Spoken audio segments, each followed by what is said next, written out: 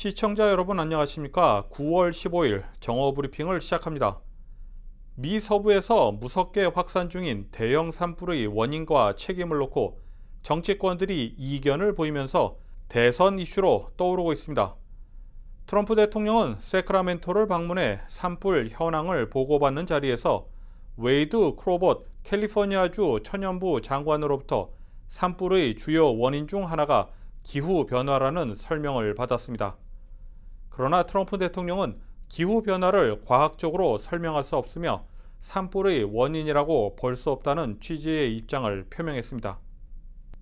그동안 산불이 주정부의 산림관리 실패 때문이라고 비판해온 것과 결을 같이 하는 것입니다. 공교롭게도 산불 피해가 큰 서부의 캘리포니아와 오리건 그리고 워싱턴주 등은 민주당 텃밭 지역입니다. 이 같은 발언에 조 바이든 민주당 대선 후보는 트럼프는 기후 방화범이라고 몰아붙였습니다. 한편 워싱턴 포스트는 서부 해안을 강타한 산불이 대선 이슈가 됐다며 양 캠프가 산불을 캠페인 기회로 활용할 방안을 찾고 있다고 전했습니다. 허리케인으로 격상된 셀리가 느린 속도로 미국 본토에 접근하면서 기록적인 홍수를 일으킬 것으로 전망되고 있습니다. 셀리는 현재 시속 2마일의 속도로 이동하고 있습니다. 미시시피 남부지역, 엘라베마 남부지역, 플로리다 서부지역에서는 10에서 30인치의 강수량이 예고되었습니다. 또한 국립 허리케인 센터는 연안 지역에 심각한 수준의 폭풍 해일이 발생할 수 있다고 경고했습니다. 셀리는 내일인 16일 오전 미국 본토에 상륙할 것으로 예상되고 있습니다. 연안 지역 거주민에게는 대피령이 발령된 것으로 전해졌습니다. 아랍에미리트가 중국 업체의 코로나19 백신을 긴급 승인했습니다. 해당 백신은 중국 제약사 시노팜의 백신으로 아직 3상 임상시험이 완료되지 않았습니다. 아랍에미리트에서도 시노팜 백신의 임상시험이 진행되고 있었습니다. 아랍에미리트 보건부 측은 임상시험에서 지금까지 확인한 바로는 백신이 안전하고 효과적이며 바이러스에 대한 항체를 형성했다고 밝혔습니다. 또한 심각한 부작용이 아직 나타나지 않았다고 말했습니다. 코로나19 환자와 접촉이 많은 의료진에게 백신이 접종될 것으로 전해졌습니다. 코로나19 팬데믹으로 인해 교통량이 줄어들자 불법 레이싱이 보고되는 경우가 늘었습니다. 애틀랜타시 경찰은 이후 불법 레이싱 단속에 노력을 기울였으며 2월 말부터 불법 레이싱 관련해 459명을 체포했다고 밝혔습니다. 애틀랜타 경찰은 버케드 인근 지역에서 특히 불법 레이싱이 자주 발생했으며 애틀랜타 동부 지역에서도 증가세라고 말했습니다. 경찰은 불법 레이싱을 목격할 경우 911로 신고해 줄 것을 당부했습니다. 미 사우스웨스트 항공이 2살 된 어린이와 어머니를 비행기에서 강제로 내리게 해 논란이 일고 있습니다. 2살 된 유아가 비행기 이륙 직전 젤리를 먹기 위해 마스크를 턱 아래로 내렸다는 이유입니다. 아이의 엄마 조디 디젠스키 씨는 승무원이 4-5차례 아이가 마스크로 코와 입을 가려야 한다는 말을 해 알았다고 답했으며 잠시 후 보안 요원이 다가와 비행기에서 내릴 것을 요구했다고 말했습니다. 아이와 엄마는 결국 비행기에서 하차했습니다. 이 같은 소식이 전해지자 항공사 측이 융통성 없이 규정을 적용했다며 논란이 되었고, 이와 관련 사우스웨스트 항공사 측은 정확한 상황을 조사할 예정이라고 밝혔습니다. 파블로 피카소의 1941년작 알라그자에 앉은 여인이 오는 10월 6일 경매업체 크리스티스의 뉴욕 지점에서 경매에 올라갈 예정입니다. 이 작품은 피카소의 3명의 뮤즈 중 한 명인 초현실주의 사진가 도라마르의 초상화입니다.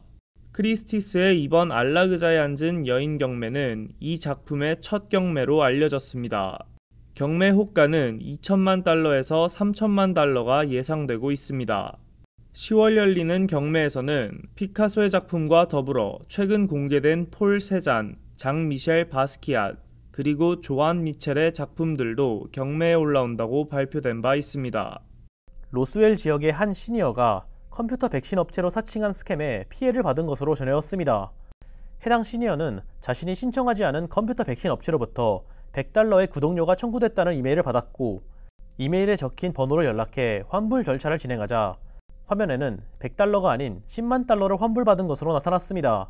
스캠 업체는 시니어에게 해당 돈을 반환할 것을 요구했고, 해당 시니어는 은행을 통해 돈을 송금하고 다시 업체에 전화를 했지만 연결이 되지 않았습니다. 이후 시니어는 자신의 계좌에서 주택담보대출금 17만 달러가 사라진 것을 알게 되었습니다. 경찰 측은 이메일이나 전화를 통해 연락하는 업체들에 주의할 것을 권고하며 사기 피해를 받을 경우 은행과 경찰에 연락할 것을 당부했습니다. 애틀란타 제1침례교회 찰스 스탠리 담임 목사가 은퇴합니다. 스탠리 목사는 이달 초 담임 목사직을 내려놓을 때가 됐음을 느꼈다며 13일 미리 녹화된 영상을 통해 은퇴 소식을 밝혔습니다. 찰스 스탠리 목사는 애틀란타 제1침례교회에서 51년째 사역해오고 있습니다. 한편 교회 측은 지난 2017년 12월 앤서니 조지 목사를 차기 담임 목사로 공식 지명함에 따라 조지 목사가 후임으로 담임 목사직을 이어갈 것으로 보입니다. 세인트루이스 카디널스 소속 김광현 선수가 어제인 월요일 밀워키 브루어스를 상대로 열린 더블헤더 일정 첫 경기에서 7이닝 무실점 호투를 던지며 선전했으나 팀은 2대1로 패배하였습니다. 김광현 선수는 이날 투구수 87개를 기록하며 효율적인 투구를 선보였습니다. 김광현 선수는 어제의 경기를 통해 내셔널리그 역사상 처음으로 4경기 연속 5이닝 이상 투구하며 피안타 3개 이하 그리고 무실점을 기록한 투수가 되었습니다. 김광현 선수는 현재 28과 3분의 2이닝 동안 평균 자책점 0.63을 기록하고 있습니다. 코로나19 사태로 잠시 운영이 중단됐던 워싱턴 DC 소재 스미소니언 박물관이 오는 18일 재개장합니다. 박물관 측은 국립 아프리칸 아메리칸 역사 문화 박물관과 국립 초상화 갤러리, 그리고 미국 미술관과 분관인 레웩 갤러리 등 박물관 4곳을 재개관할 예정이라고 밝혔습니다. 개방 시간도 당분간 축소 운영되며 이용객은 시간제 관람권을 미리 예매해야 합니다. 또한 박물관 내에서는 마스크 착용과 사회적 거리 두기 규정도 준수해야 합니다. 이상으로 정오 브리핑을 마칩니다. 보다 자세한 소식은 오늘 저녁 뉴스에서 전해드리겠습니다.